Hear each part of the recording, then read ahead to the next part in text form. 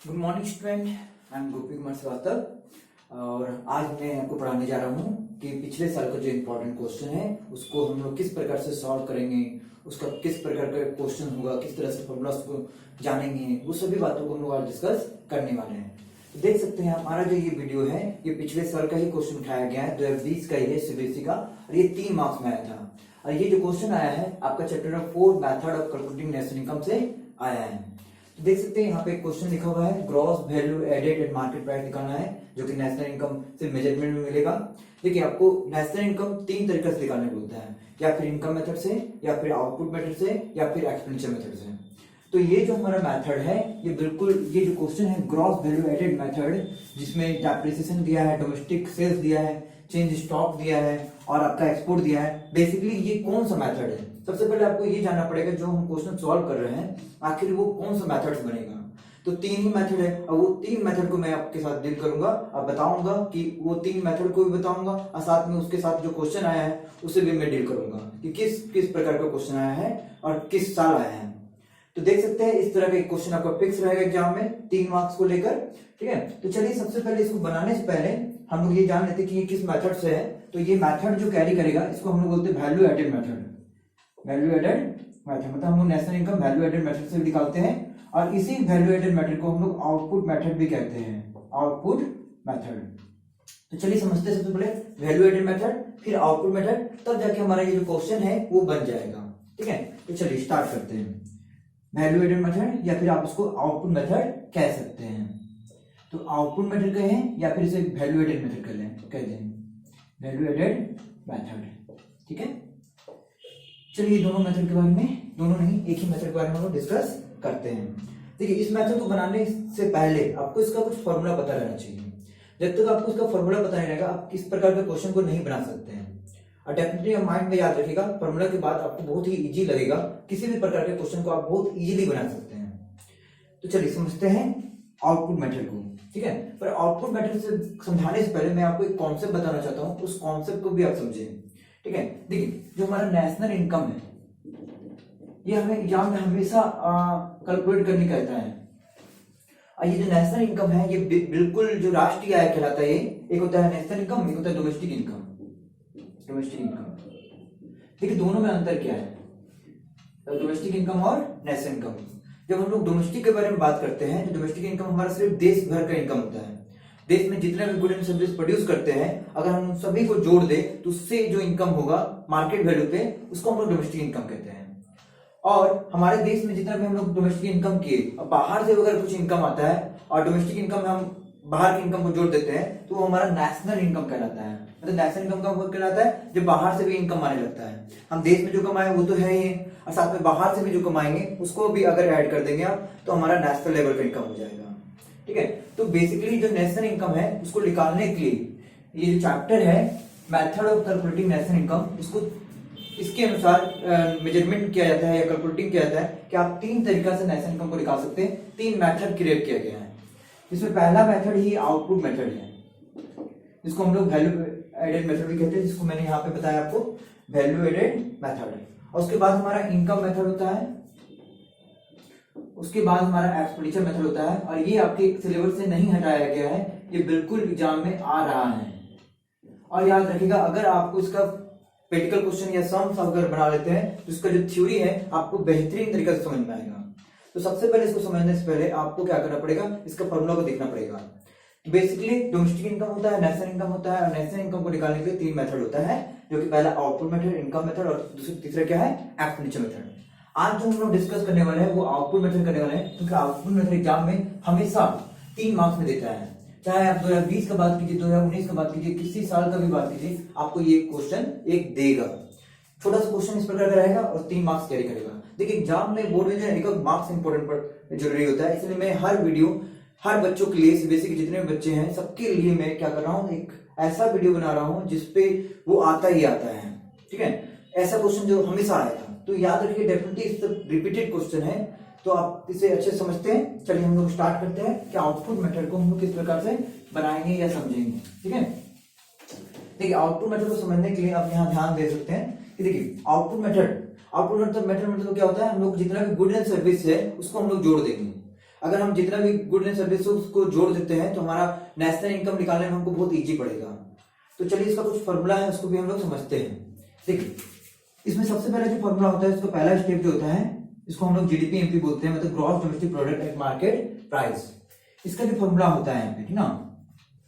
इससे भी पहले आपको हम लोग को कुछ और भी निकालना पड़ता है जीडीपी एमपी से पहले, क्योंकि ये आउटपुट मैटर है ना, इससे पहले भी हम लोग को कुछ और निकालना पड़ता है। इसको हम लोग बोलते हैं value of output, value of output equal to sales plus change stock, sales plus change stock. अब बच्चे बड़ी कंफ्यूज हो जाते हैं वैल्यू ऑफ आउटपुट को लेके, क्या आखिर वैल्यू ऑफ आउटपुट क्या है और सेल्स प्लस चेंज स्टॉक क्या है। सेल्स के बारे में तो बच्चे बहुत जानते भी हैं, पर चेंज स्टॉक के बारे में बच्चों को पता नहीं रहता है, और वैल्यू ऑफ आउटपुट के बारे में पता नहीं रहता है। देखिए हम लोग जो चीज को भी प्रोड्यूस करते हैं, या फिर हम गुड्स प्रोड्यूस करते हैं या हम सर्विस प्रोड्यूस करते हैं, तो रॉ मटेरियल के हेल्प पे, इनपुट के हेल्प से हम लोग जो भी प्रोड्यूस करते हैं उसको हम लोग आउटपुट कहते हैं। अब वैल्यू का मतलब होता है जितना भी आउटपुट प्रोड्यूस किए उसका क्या वैल्यू है, मतलब कि देश में जितना भी गुड एंड सर्विस प्रोड्यूस होता है उसको हम लोग वैल्यू ऑफ आउटपुट कहते हैं। और हमारा जितना भी गुड एंड सर्विस प्रोड्यूस हुआ है, या फिर हम उसको बेच देते हैं, या फिर हमारे पास चेंज स्टॉक मतलब बचा रहता है, तो दो ही काम करेंगे। मान लीजिए मेरी इंडस्ट्री है, तो मेरे इंडस्ट्री में कुछ सामान बचा हुआ है और कुछ मैंने क्या किया, सेल कर दिया। अगर मैं पता कर लूं कि मैंने बेचा कितना है, मेरे पास बचा कितना है, जोड़ दिया जाए तो हमारे पास ये पता चलेगा वैल्यू ऑफ आउटपुट कितना है। मान लीजिए थोड़ा देर समझ जाइए कि अगर मान लीजिए 100 करोड़ का जो गुड्स है मैंने बेच दिया, अब 50 करोड़ का जो गुड्स है मेरे पास बचा हुआ है, तो ये टोटल मिलाकर कितना हो जाएगा, 150 करोड़ गुड्स हो जाएगा। ये पता गुड्स हो गया जो कि वैल्यू निकाला गया है आउटपुट का, कि इतना आउटपुट जो है प्रोड्यूस हुआ है पूरे इकोनॉमी में, पूरे इंडिया में, ऐसा मान के चलते हैं। ये डोमेस्टिक मार्केट में, डोमेस्टिक मार्केट में मतलब जो देश के अंदर रहता है। तो जान लीजिए अगर आपको पता करना है कि आपका देश में कितना गुड्स प्रोड्यूस किया गया, तो आप सेल्स प्लस चेंज स्टॉक करें।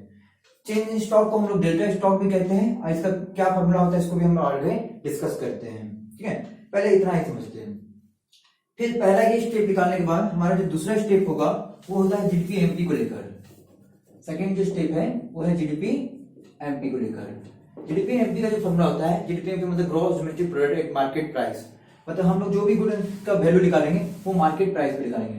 तो इसका फॉर्मूला होता है value of output, value of output minus intermediate consumption, intermediate consumption. अब हम लोग ये समझेंगे कि वैल्यू ऑफ आउटपुट तो चलो हम लोग को समझ में आ गया कि हाँ ये वो चीज है जो जितना भी गुड्स प्रोड्यूस होता है, बट आखिर यहाँ पे इंटरमीडिएट कंजप्शन है क्या। देखिए इंटरमीडिएट कंजप्शन का मतलब क्या होता है, मैं उसको भी आपको समझाने की कोशिश करता हूँ। इंटरमीडिएट कंजप्शन का मतलब होता है, इंटरमीडिएट कंजप्शन जितने भी रॉ मटेरियल होते हैं, जितने भी रॉ मटेरियल होते हैं, जैसे कि वुड हो गया, ऑयल हो गया, फ्यूल हो गया, एक प्रोडक्ट को बनाते समय जो भी रॉ मटेरियल लगता है उन सभी को हम लोग क्या कहते हैं, इंटरमीडिएट कंजप्शन कहते हैं। इसको शॉर्ट में आप आईसी भी कह सकते हैं। आईसी मतलब हमसे याद रखिएगा रॉ मटेरियल अच्छे फॉर्म में जो भी होते हैं, वुड हो गया, मतलब कि मान लीजिए मेरा फर्नीचर का एक बिजनेस है, तो मेरे लिए वुड क्या हो गया, मेरे लिए रॉ मटेरियल हो गया। और अगर मैं कोई इंडस्ट्री चला रहा हूँ तो मुझे ऑयल के रूप में क्या चाहिए, पेट्रोल डीजल कुछ ना कुछ तो चाहिए, फ्यूल चाहिए। तो ये सब चीजें, जो भी चीजें एक प्रोडक्ट को बनाते समय लगता है वो सभी रॉ मटेरियल होता है। देखिए ये जो वैल्यू आउटपुट है, ठीक ना, इसमें क्या होता है ना, हमने सभी तरह का गुड्स को ले लिया, एक सेल्स जो मैंने गुड्स को बेच दिया, और दूसरा चेंज स्टॉक, चेंज स्टॉक जो बचा हुआ था। अब जो बचा हुआ गुड्स है वो मेरे पास तीन तरह का हो सकता है। पहला को हम कह सकते हैं फिनिश गुड्स, दूसरा को हम लोग कह सकते हैं अनफिनिश गुड्स, अनफिनिश गुड्स, और तीसरा को कह सकते हैं work in progress, work in progress. तो देखिए तीनों को मतलब मैं बताता हूँ। फिनिश गुड्स, देखिए स्टॉक जो है मेरे पास, जो चेंज स्टॉक है, जो बचा हुआ स्टॉक है, वो मेरे पास फिनिश गुड्स होता है, उससे बचा हुआ है मेरे पास। और दूसरा होता है वर्क इन प्रोग्रेस, मतलब काम पे लगा हुआ है, मतलब कि इंडस्ट्री में काम प्रोसेसिंग में है, वो बनने के लिए रेडी है। और तीसरा होता है अनफिनिश गुड, जो बनके एकदम तैयार नहीं हुआ। तो देख सकते हैं चेंज स्टॉक जिसको मैंने वैल्यू आउटपुट में जोड़ा है, उसमें एक ऐसा गुड्स है जो अनफिनिश है। क्या है, अनफिनिश। इसी अनफिनिश को हम लोग इंटरमीडिएट कंजप्शन कहते हैं, अनफिनिश गुड्स। तो डेफिनेटली याद रखिएगा अनफिनिश गुड्स कौन है, मेरा इंटरमीडिएट कंजप्शन है। तो वैल्यू आउटपुट में तो आप ये चीजों को ले लेते हैं कि आपके पास टोटल आउटपुट कितना था, बट जब हम लोग जीडीपी एमपी मार्केट प्राइस की बात करते हैं, मार्केट प्राइस मतलब क्या, मार्केट में जिस सामान को जब उतारते हैं, गुड्स एंड सर्विस को उतारते हैं, तो वो हमेशा फिनिश होना चाहिए, अनफिनिश नहीं होना चाहिए। इसलिए हम क्या करते हैं, इसको माइनस कर देते हैं। मान लीजिए हमारा 150 करोड़ निकला है, तो हम क्या करते हैं, मान लीजिए इसको मेरा जो अनफिनिश गुड्स है 20 करोड़ है, तो मैंने इसको हटा दिया। 150 करोड़ में से आप 20 करोड़ को अगर हटा देते हैं तो उसके घट की जो आएगा वो आपका 130 करोड़ से आएगा। ये आपका जीडीपी एमपी कहलाएगा, मतलब good and service produce during the financial year, मतलब अकाउंटिंग ईयर, एक साल के अंदर जितने भी गुड एंड सर्विस प्रोड्यूस हुआ है वो आपका बिल्कुल जीडीपी एमपी कहलाता है।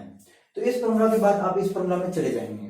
उसके बाद जो हमारा होता है वो हमारा होता है एनडीपी एमपी। एनडीपी एमपी का मतलब है net domestic product and market price. यहाँ एन का मतलब बस याद रखिएगा नेट, यहाँ जी का मतलब फिर से याद रखिएगा ग्रॉस।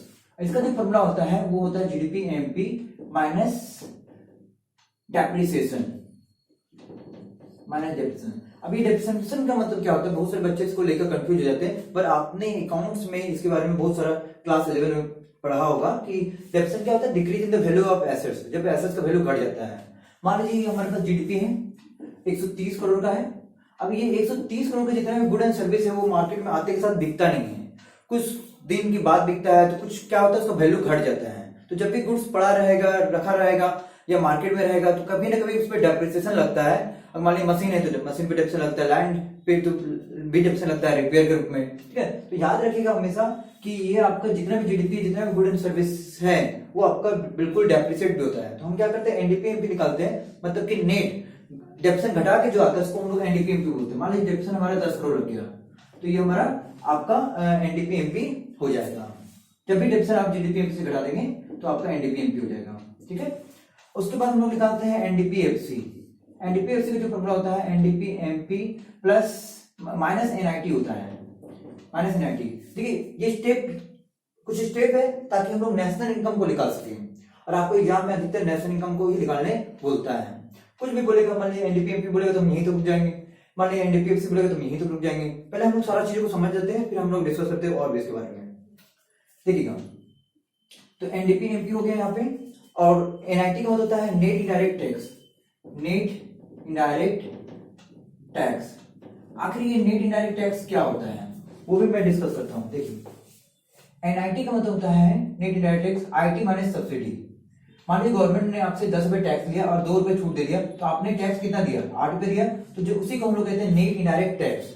मतलब टैक्स इनडायरेक्ट टैक्स से जब सब्सिडी कट जाता है, सब्सिडी मतलब क्या, गवर्नमेंट आपको कभी कल छूट भी देती है, जैसे कि हाउस होल्ड हम लोग को क्या देता है, हम लोग को स्कॉलरशिप मिलता है ट्रांसफर पेमेंट के रूप में, और जो बड़ी बड़ी कंपनियां उसको क्या मिलता है, उसको मिलता है सब्सिडी, छूट, प्राइसेस में छूट या टैक्स में छूट। डेफिनेटली इसको हम लोग छूट बोलेंगे, और टैक्स में जो भी घटाएगा गवर्नमेंट या जो भी सब्सिडी देगा उसको घटा के जो आएगा वो हमारा एनआईटी कहलाता है। तो इस प्रकार से हम मान लेते हैं कि हमारा ये एनडीपी एमपी 120 है, और एनआईटी को आप मान लीजिए कि हमारा जो एनआईटी 5 करोड़ है, थोड़ा देखिए मान लेते हैं, तो ये आपका आ जाएगा यहाँ पे 115 करोड़। और याद रखिएगा इसी चीज को एनडीपी को डोमेस्टिक इनकम भी कहते हैं। क्या कहते हैं, डोमेस्टिक इनकम, है ना, डोमेस्टिक इनकम भी आप इसको कह सकते हैं, ठीक है। तो एक स्टेप, 2 स्टेप, 3 स्टेप, 4 स्टेप और एक 5वां एक लास्ट स्टेप है, जिसके बाद हम लोग नेशनल इनकम को निकाल लेंगे। तो नेशनल इनकम को भी हम लोग निकालेंगे तो नेशनल इनकम का फॉर्मूला होता है एनएनपीएफसी। एनएनपीएफसी का मतलब हो गया net national product at factor cost, eight factor cost. इससे आप नेशनल इनकम को निकाल सकते हैं। और याद रखिएगा आप यहाँ पे एनएनपीएफसी को ही हम लोग नेशनल इनकम कहते हैं, मतलब एनआई कहते हैं, जिसको हम लोग कैलकुलेट कर रहे हैं, जिसमें आपको एग्जाम में बहुत ज्यादा बोलता है निकालने के लिए। तो उसका जो फॉर्मूला होता है वो एनडीपीएफसी प्लस एनएफआईए होता है, एनडीपीएफसी प्लस एनएफआईए। अब सवाल उठता है कि आखिर ये एनएफआईए है क्या। देखिए समझिएगा, एनएफआई का मतलब होता है, इसमें मैं डालता हूं ताकि आपको अच्छे से समझ में आए, है ना, क्वेश्चन को देख सके आप, कंफ्यूजन ना हो, ठीक है। ये सब चीजों को मैं मिटा देता हूं। चलिए देखिए अब आपको साफ दिखाई दे रहा होगा ना। तो देखिए यहाँ पे क्या करना है, ये एनएफआईए क्या है और ये नेशनल इनकम को कैसे निकालेगा। हमको पता है एनडीपीएफसी क्या है, मेरा डोमेस्टिक इनकम है, और उस डोमेस्टिक इनकम मतलब देश का इनकम, देश तक का जो इनकम है वो डोमेस्टिक इनकम कहलाता है, और वो हमेशा डेफिनेटली गुड एंड सर्विस पे निर्भर रहेगा। आप जितना गुड एंड सर्विस प्रोड्यूस करेंगे उतना ही डोमेस्टिक इनकम होने वाला है। और ये एनएफआई का मतलब होता है net factor income from abroad, net factor income from abroad. Abroad का मतलब होता है विदेश, मतलब बाहरी क्षेत्र, एक्सटर्नल क्षेत्र, जो भी विदेश, आपके देश को छोड़कर जो भी बाहर के क्षेत्र है उसको हम लोग net factor income from abroad बोलते हैं। ये चीजें हमेशा बाहर रहती हैं। मान लीजिए अपने देश में जो भी कमाया और बाहर से अगर कुछ कमाई आ रहा है तो आप उसको जोड़ देंगे तब जाके आपका नेशनल इनकम निकलता है। तो तो इसको मतलब होता है net factor income. Factor income मतलब बाहर से कुछ इनकम आ रहा है फ्रॉम एब्रोड। एब्रोड मतलब विदेश से, फॉरेन से, एक्सटर्नल सेक्टर से। तो जब भी कहीं से भी आए तो आप डेफिनेटली उसको अगर डोमेस्टिक इनकम में जोड़ देते हैं तो वो हमेशा आपका नेशनल इनकम हो जाता है। तो याद रखिएगा, मान लीजिए 115 करोड़ है और आप मान लीजिए बाहर से आपका 3 करोड़ आ रहा है, ठीक है। तो अगर आप दोनों को जोड़ देते हैं तो हमारा हो जाएगा 125 करोड़। तो ये 125 करोड़ जो है नेशनल इनकम को निकाल देता है, ठीक है। आपको ये बातें समझ में आ गया होगा कि किस प्रकार से नेशनल इनकम निकालते हैं। आप अच्छे से इसको देख सकते हैं। और चलिए उसके बाद हम लोग इस क्वेश्चन को सॉल्व भी करते हैं, ठीक है। अब इसको लिखने के बाद देख सकते हैं यहाँ पे, और अच्छे से होता है क्योंकि एग्जाम में बहुत ज्यादा आता है, रिपीटेड क्वेश्चन होता है। तो अगर आप ध्यान देते हैं तो डेफिनेटली आप अच्छे मार्क्स स्कोर कर सकते हैं।